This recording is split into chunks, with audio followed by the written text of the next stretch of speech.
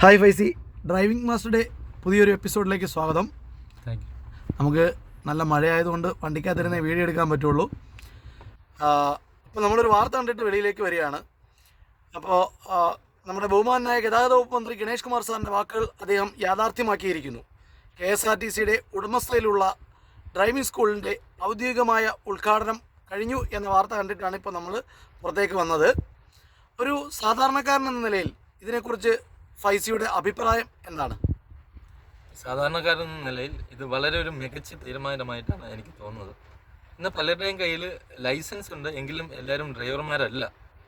പക്ഷേ ഇന്ന് ഡ്രൈവിംഗ് മാസ്റ്ററിനെ പോലുള്ള വ്യക്തിയെ ബന്ധപ്പെട്ടാണ് വീണ്ടും പരിശീലനം നേടി ഡ്രൈവറായി മാറുന്നത്. KSRTCയുടെ മികച്ച എക്സ്പീരിയൻസ്ഡ് ആയിട്ടുള്ള ഡ്രൈവർമാരാണ് ക്ലാസ് നൽകുന്നതാണ് ന്യൂസിലൂടെ അറിയാൻ സാധിച്ചത്.